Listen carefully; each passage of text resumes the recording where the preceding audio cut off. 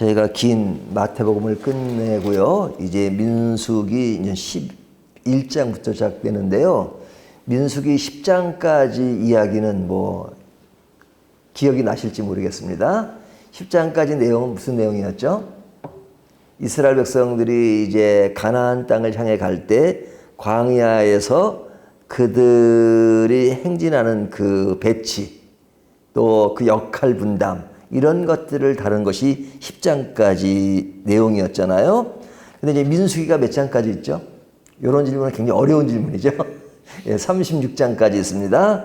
그래서 이제 오늘부터 11장을 하면 요 36장까지 계속 갑니다. 지금 이 매일성경 편집이 제가 이렇게 찾아보니까 오늘부터 시작해가지고 5월 26일까지 36장이 계속되고요. 이 36장이 끝나면 이제 로마서를 하게 되는데요. 자, 이 36장까지 가는 것 중에서 이제 11장부터 19장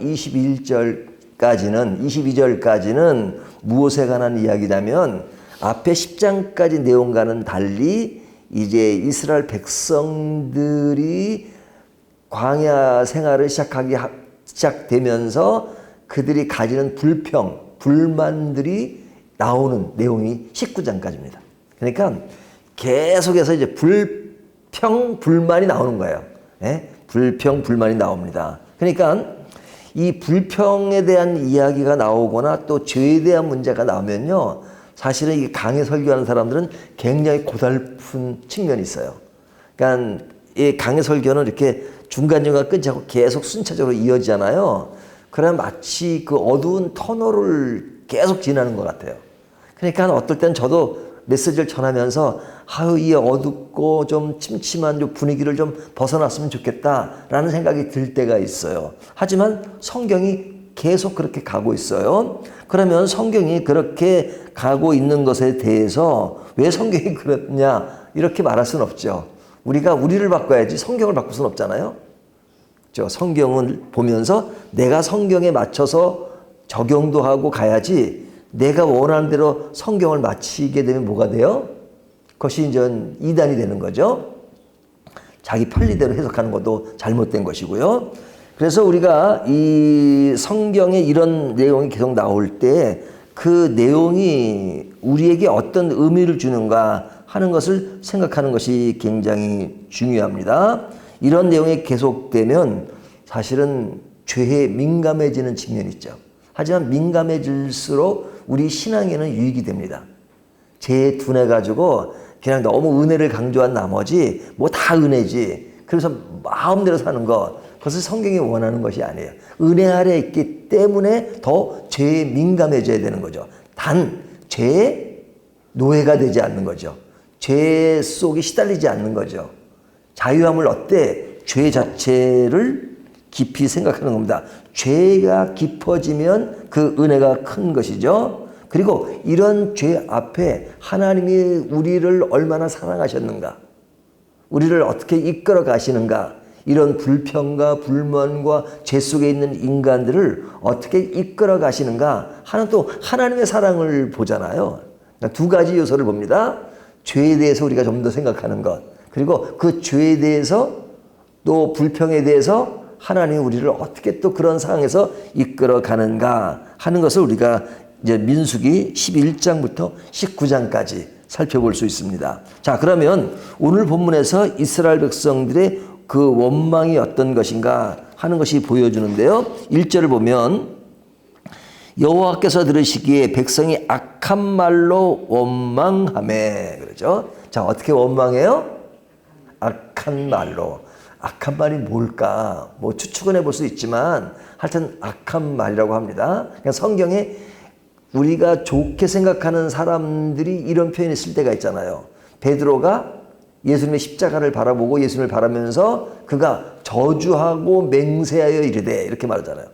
저주하고 맹세한다는 말이나 이 악한 말로 원망한다는 말과 같은 맥락이라고 볼 수 있죠. 그러니까 이스라엘 백성들이 지금 출애굽한 지 지금 바로예요, 바로. 예? 며칠 안 돼가지고 시작하자마자 이들이 이제 악한 말로 원망하기 시작합니다. 그 원망하니까 다음에요. 여호와께서 들으시고 진노하사 여호와의 불을 그들 중에 붙여서 진영 끝을 사르게 하시매.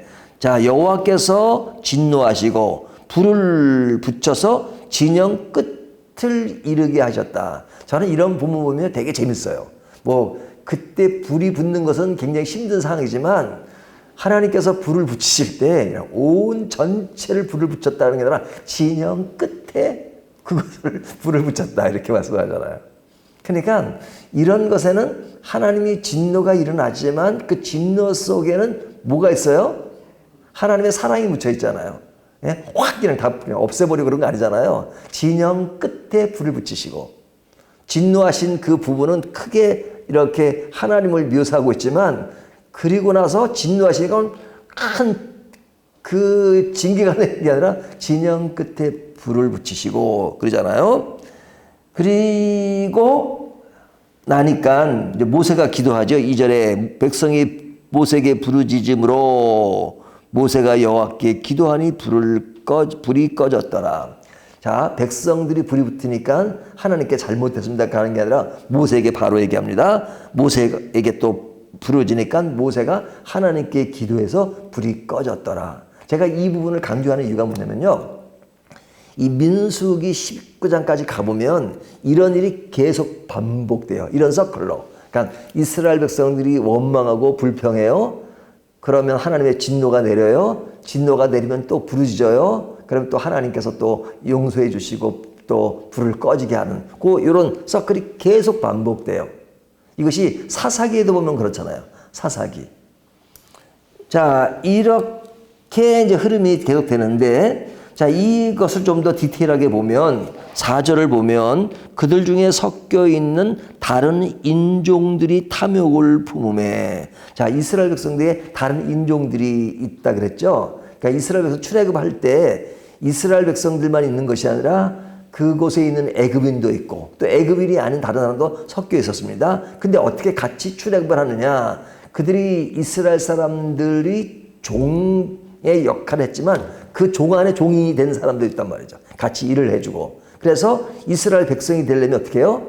그들과 함께 할례를 받고 그러면 그냥 다른 민족이지만 그냥 그 문화권 안에 들어가고 거기에 뭐 오늘날 말하면 시민권을 받는 거죠. 그래서 이들이 섞여 있는데 이들이 섞여 있으면서 제일 먼저 이제 이들이 불만을 토로한 겁니다. 예? 불만을 토로한 겁니다. 그 불만을 토로하니까 그 불만이 누구에게 전이가 돼요? 이스라엘 백성들에게 전이가 되고 그 이스라엘 백성들에게 전이가 된 것은 또 모세에게 전이가 되고 그러니까 이게 이제 밑에서부터 이렇게 쭉 올라가는 거예요. 이제 불평과 불만이 이렇게 계속 올라가는 겁니다. 근데 그 불평, 불만의 내용이 뭐였냐면 4절을 다시 보시면요. 이스라엘 자손 다시 울며 이르되 누가 우리에게 고기를 주어 먹게 하랴. 자, 고기가 없다는 겁니다. 고기가 없다. 예, 고기가 없는데 그 전에는 이제 만나가 내렸잖아요. 예, 만나만 먹으니까 이제 조금 좀 고기를 먹고 싶다 이거죠. 고기를 먹고 싶다. 그러면 이제 고기를 달라 그러면 될 텐데 막 불평불만해요. 그러면서 5절에 보면 우리가 애굽에 있을 때에는 값없이 생선과 오이와 참외와 부추와 마늘을 먹은 것이 생각나거늘 그러죠. 그러니까 이스라엘 백성들이 애굽에서 종살이하고 그리고 중노동에 시달리기도 하고 그랬잖아요. 근데 사람이요 변하면 상황이 달라지면 그때를 그리워해요. 그때를 그리워해요. 그때 고생했던 것보다는 그때 우리가 뭘 먹었는데 지금은 뭐가 없다. 이렇게 불평을 토로하잖아요.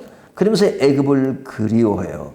그러니까 어떤 분들은 예수를 믿고 처음에는 예수 믿는 게 너무너무 좋다 하는데 그래도 예수 믿기 전을 그리워할 때가 있어요. 아이고 예수 믿기 전에는요 그냥 그때 그 담배 맛 뭐 이런 거 그때는 그냥 막 살았는데 그 맛도 짜릿했거든요. 뭐 그렇게 말하는 사람들이 있어요. 그러니까 그 말 속에는 뭐냐면 지금 좀 불만이 있다는 겁니다. 지금 좀 불만이 있다는 겁니다. 그러니까 만나 외에는 아무것도 없다고 토로하죠. 만나 외에는 아무것도 없다. 이제는 6절 우리의 기력이 다하여 이 만나 외에는 보이는 것이 아무것도 없도다니. 사람이 이렇게 좀 삐질 때는요, 불평할 때는요, 좀 극단적인 표현을 하잖아요. 만나 외에는 없다. 그 다음에 이제 기력이 다했다. 뭐 지금 기력이 다할 만한 그런 그 시간이 아니에요. 뭐 출애굽이 얼마 되지도 않았는데 벌써 기력이 다했다. 그리고 그러잖아요. 그것이 뭐냐면 인간이 불평과 불만으로 가기 시작하면 계속 그런 것들이 더 발전되고 그런 것을 모든 걸 학대 해석하는 겁니다. 자, 이런 이스라엘 백성들의 불만에 대해서 모세의 반응은 어떻죠? 10절을 보면 모세의 반응이 나옵니다. 10절 백성의 온 족족들이 각기 자기 장막문에서 우는 것을 모세가 들으니라. 모세가 지도자로서 그런 백성의 소리를 듣는 것, 그건 좋은 일이죠.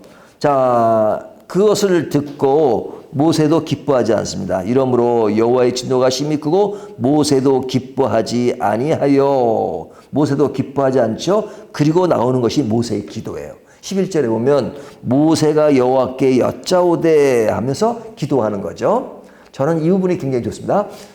모세가 기도하는 거예요. 근데 기도하는 내용이 뭐냐면 그 기도의 내용은 모세의 불평이에요. 그러니까 출애굽기에 보면 모세의 불평이 별로 언급이 안 돼 있어요. 그러니까 이스라엘 백성들이 모세에게 불평하는 것은 기록이 많이 되어 있는데 모세의 불평은 기록이 안 돼 있거든요. 별로. 근데 민수기에 넘으면 백성의 불평과 모세의 불평이 같이 나와요. 그러니까 이스라엘 백성들이 모세에게 자꾸 얼마나 바라는 게 많겠어요. 에? 그러니까 이끌어가는 사람 입장 너무너무 힘들죠. 이렇고 저렇고 뭐 이렇게 달라 저렇게 달라. 그러니까 그들이 불평을 하는데 막 그 우는 것까지 보니까 또 이제 마음이 그런 거죠. 그러니까 모세가 참 심성이 고운 사람이에요. 그러니까 여호와께 기도해요. 기도하는데 그 기도의 내용을 보면 11절 모세가 여호와께 여짜오되 어찌하여 주께서 종을 괴롭게 하시나이까. 자, 누굴 괴롭게 한다고요? 모세를 괴롭게 하나이까. 어찌하여 내가 주의 목전에서 은혜를 잊게 아니하시고 이 모든 백성을 내게 맡기사 내가 그 짐을 지게 하시나이까. 내 짐이 크다. 나한테 맡기셔가지고 나에게 그런 어려움을 주십니까? 그러면서 하는 이야기가 12절 이 모든 백성이 내가 배웠나이까 내가 그들을 낳았나이까. 참 이런 표현도 재밌죠. 내가 이스라엘 백성을 뭐 임신을 했습니까? 아니면 낳았습니까? 그러면서 아이를 품듯 그릇들을 품에 품고 주께서 그의 열주에서 맹세하신 땅으로 가라 하시나이까. 그렇게 많은 사람들을 데리고 나보고 어떻게 가라고 하십니까?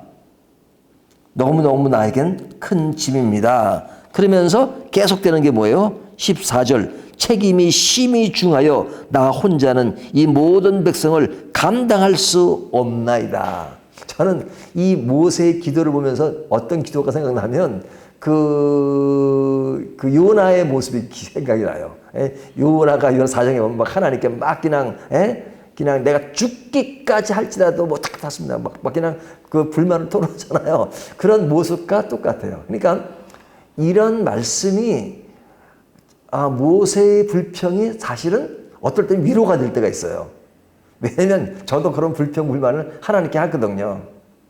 사람들에게 좀 안 하는 편이에요. 하지만 하나님과 1대1로 때는 불평할 때가 있는데 이런 아주 영적인 사람들도 이런 불평을 하는 것을 보면서 인간은 참 다 약하구나. 한계가 있구나 하는 걸 느껴요. 그래서 어떨 때는 위로가 될 때가 있어요. 불평이 좋다는 것이 아니라. 그러니까 이런 불평을 해달라고 하면서 15절에 뭐라 그래요? 주께서 내게 이같이 행하실 때 구하더니 내가 은혜를 베푸사 즉시 나를 죽여 내가 고난당함을 내가 보지 않게 하옵소서. 요나도 보면 그러잖아요. 날 죽여주시오 그러잖아요. 차라리 죽는 것이 낫겠습니다 이러잖아요. 그러니까 모세도 그래요. 나를 죽여주십시오. 이런 험한 꼴을 다 보고 어려움을 다 겪게 하시니까 나를 죽여달라고 그렇게 기도를 합니다. 이것이 오늘 본문 전체의 내용이에요. 자, 그러면 오늘 본문이 우리에게 주는 메시지가 뭐냐? 정리를 하면요. 불평이 좋은 겁니까? 불평은 좋은 것이 아니죠. 당연히지, 그렇죠? 또 모세의 불평, 지도자로서의 불평 좋은 것인가요? 좋은 것은 아닙니다. 하지만 저는 그 불평이 좋은 것이 아닐지라도 눈에 띄는 것이 뭐냐면 모세의 기도가 있다는 거예요. 모세의 기도가.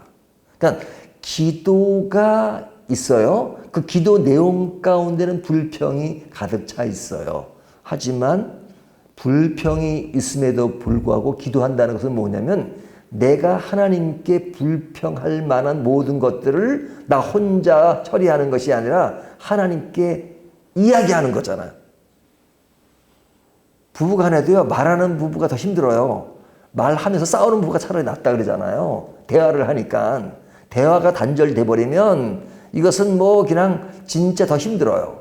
근데 불평이 있지만 그 불평을 하나님, 내가 이렇습니다. 나를 죽여주십시오. 나에게 왜 이런 어려움을 겪게 하십니까? 라고 말하는, 기도하는 그 모습, 그것은 너무너무 아름다운 것입니다. 나는 불평도 없지만 기도도 안 해. 그게 좋은 것일까요? 기도 없는 인생은 신앙인이라고 말할 수 없죠. 하지만 기도라는 것이 뭐예요? 잘난 척하는 게 기도가 아니잖아요. 하나님께 하고 싶은 말들을 다 하는 것. 그것이 때에 따른 불평일 수 있지만 그것이 내 마음에 있는 것을 그대로 보여드리는 거예요. 하나님께. 하나님, 내 마음이 이래요. 내 심정이 이래요. 내가 진짜 힘들어 죽겠어요. 고달퍼 죽겠어요. 라고 하나님께 아뢰는 것이에요.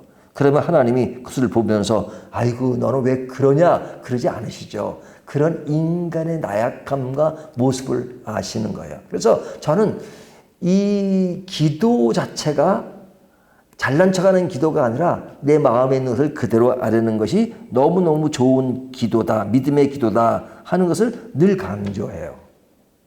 그렇다고 뭐 늘 불평만 하라는 건 아니야. 불평 자체는 나빠요. 하지만 인간이 불평 안 하고 어떻게 삽니까? 약한 존재인데. 하지만 그런 불평을 하나님 안에서 다시 한번 생각하고 정리해 나가는 것. 이것이 신앙의 아름다운 모습입니다. 오늘 말씀을 통해서 비록 불평이 있지만 나는 기도하고 있는가 하는 기도에 초점을 두고 오늘 말씀을 통해서 더욱더 그럴수록 하나님께 나아가는 저와 여러분이 되시기를 주님의 이름으로 축원합니다.